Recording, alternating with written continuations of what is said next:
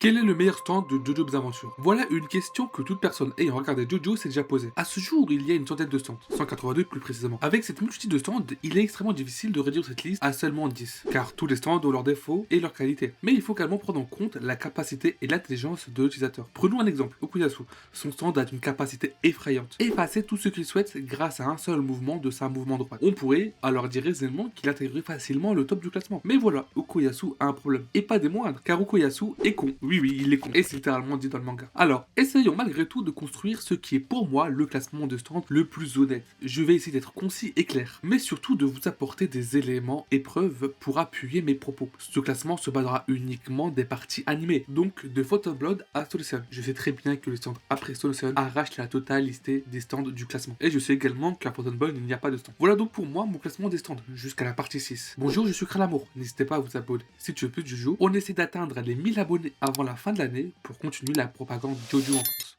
Mention honorable, Bohemian Rhapsody. Voilà un de mes capacités de stand préférées. J'adore ce stand. Je le trouve tellement intelligent, mais surtout tellement unique. Je crois bien qu'il n'existe aucun pouvoir dans les autres œuvres qui a ce type de capacité. Bohemian Rhapsody a une portée planétaire, voire infinie. Il permet d'invoquer des personnages de fiction. Et ces personnages agissent exactement comme dans leur histoire originale. Voldemort restera un méchant avec ses convictions et ambitions. Spider-Man restera la petite araignée sympa du quartier. Et là, vous me direz que le stand n'est pas terrible, erreur. Si vous reconnaissez un personnage de fiction, votre âme va commencer à reproduire le destin du personnage. Vous pourrez alors vous transformer en méchant et juste mourir bêtement. Et le comble, c'est que même si tu essaies de tuer le personnage fictif, pour survivre, cela n'affectera même pas l'utilisateur du stand qui peut littéralement siroter un cocktail au bord de la plage, sans même savoir que vous êtes au combat contre lui. Alors vous me direz que le stand est invincible. Et je vous dirai que oui, mais non. Et vous allez comprendre pourquoi. Si vous voulez le battre, il faudra créer un personnage de fiction capable de vaincre tout le monde, un peu comme un Saitama. Et alors, cela deviendra réalité. Et vous vaincrez Bohemian Rhapsody facilement. Top 10, Even the Door. Fun fact, je détestais ce stand au début. Je trouvais que c'était un stand extrêmement feignant pour Araki. Donner un stand qui permet d'écrire des choses à l'intérieur des gens à un mangaka auteur, c'est trop simple, trop cliché. Mais j'ai avec les épisodes de la partie 4 compris et apprécié le stand. Even the Door permet donc, comme je le dis, à l'utilisateur, donc Rohan, de transformer tout ce qu'il souhaite en livre, où il pourrait écrire des commandes absolues. Par exemple, tu ne peux pas attaquer Rohan. Et là, c'est techniquement une victoire technique. Et c'est, je trouve, terrifiant. Tu peux également écrire des commandes, comme empêcher la personne de respirer, etc. Mais c'est pas ça qui fait qu'il est dans ce classement. C'est lors de la partie 6. On apprend qu'il est la seule personne qui n'a pas été affectée par l'accélération du temps de Made in Heaven, qui pourtant impliquait une vitesse du monde quasi infinie. Et c'est là que tu comprends toute la puissance de son stand. Il peut donc annuler des contraintes qui ne sont pas infligées directement sur lui. Pour le battre, ils font donc soit une technique plus cheat, ou le prendre de corps à corps le plus rapidement possible sans se faire toucher par Even the Door.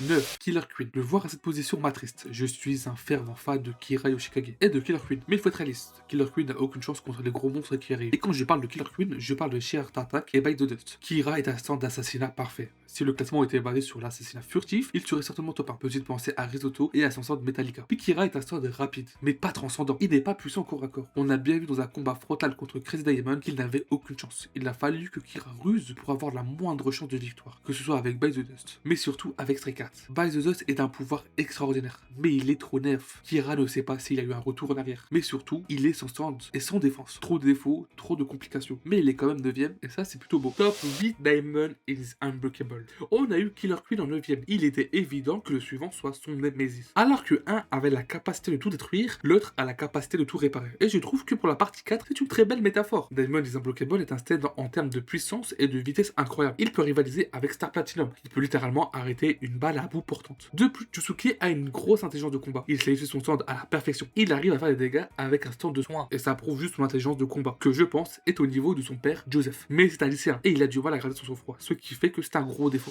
Top 7, Simoon. Simoon, voilà un stand que je trouve trop sous-coté. Ce stand est juste trop pété. Le stand de Enrico Pucci est le stand de transition entre Made in Heaven et Whitney. Le stand permet de contrôler la gravité autour de lui dans un large rayon de 3 km. Ok, comme ça, c'est déjà stylé. Mais si vous avez déjà vu Interstellar, vous savez que la gravité et le temps ont de pair. La capacité de Simoon avait la capacité de contrôler le temps. On le voit très bien dans le scan et dans l'épisode, mais cela ne reste que superficiel. Je pense qu'Araki avait voulu de base lui donner la capacité de contrôle du temps, mais il s'est avisé au dernier moment. Sinon, le stand aurait été bien trop cheat. Sinon, le stand niveau corps à corps n'est pas terrible et s'est fait battre par Jolene qui n'est pas reconnu par sa puissance brute. C'est pour cela qu'il est en top 7. Top 6, Cream. Cream est un stand que je déteste pas parce qu'il est nul, mais parce qu'il représente suivante. Iggy, Abdul, on ne vous oublie pas. Crimson Sand qui est Omega PT. Et je suis sérieux, il a la capacité d'annuler tout ce qu'il souhaite en le traversant. J'imagine. Le comble de tout, c'est que son propre manieur ne sait même pas où tu as tué. Tu disparais et puis pouf. Cependant, le stand a un gros défaut. C'est que le manieur n'a aucune vision lorsqu'il est dans son stand. Il ne voit rien et ne sent rien. Donc ok, tu es invincible. Mais le fait de ne pas voir est également un gros défaut. Si par exemple tu as des alliés ou des stands qui peuvent te placer des pièges, te manipuler, etc.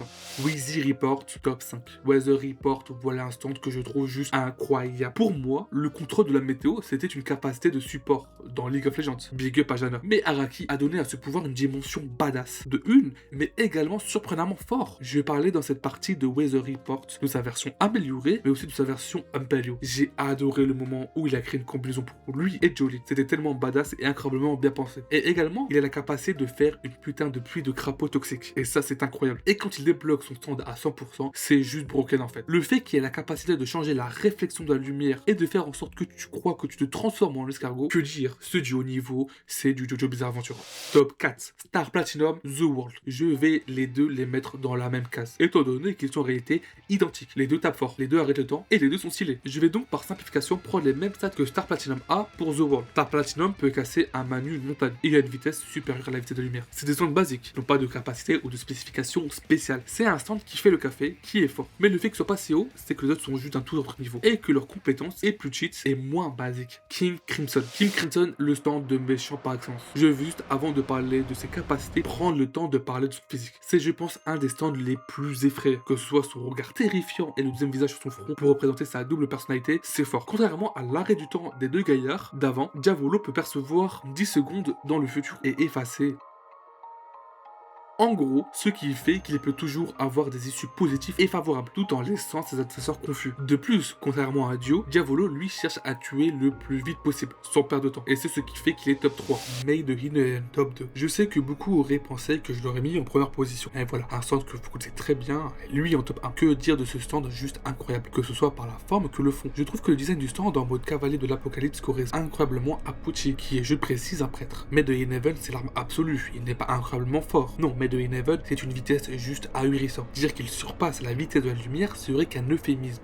Sa vitesse est juste aberrante, car il l'augmente de façon exponentielle. Donc 1 heure passe en 1 minute, puis en 1 seconde. De plus, il ne fait pas que aller vite, il peut également modifier le temps et son environnement. Donc déjà qu'il a un V4, la team de Jolene, avec, je précise, Star Platinum à l'intérieur, il a également fait reset l'univers. Il allait tellement vite qu'il a assisté à la destruction et à la reconstruction de l'univers. Coucou Silverrun. Sans Imperio et Weather Report, il aurait été impossible de gagner. Et je dirais même qu'il a eu des facilités scénaristiques car il était juste en réalité impossible à battre. Et voilà le number one. Je sais que vous l'attendez tous, mais que dire sur Gever? Gold Espace Requiem n'est pas un stand, c'est pas un pouvoir, c'est une malédiction, c'est un châtiment. En termes de puissance brute, au corps à corps, on n'en a aucune info. En réalité, on le sait pas. Même Gever ne le sait pas, même Giorno ne le sait pas. Tout ce qu'on sait, c'est qu'au moment où tu souhaites en prendre à lui et à Giorno, c'est fini. Tu répètes la mort à l'infini. Et des morts les plus différentes, les plus cruelles les unes après l'autre. GUR, c'est le stand qui t'empêche de mourir. Quand tu sais qu'il arrive pour toi, tu espères mourir avant qu'il t'attrape. Dis-toi que la mort est plus douce que la malédiction de ce stand. C'est pas une question de vitesse ou encore de se cacher. Là, non, c'est froid, sec et précis. Et Diavolo, le pauvre, en a fait des frais. C'est pour ça que GUR est en top 1, car il est une menace plus vile, plus effrayante que le plus méchant des méchants.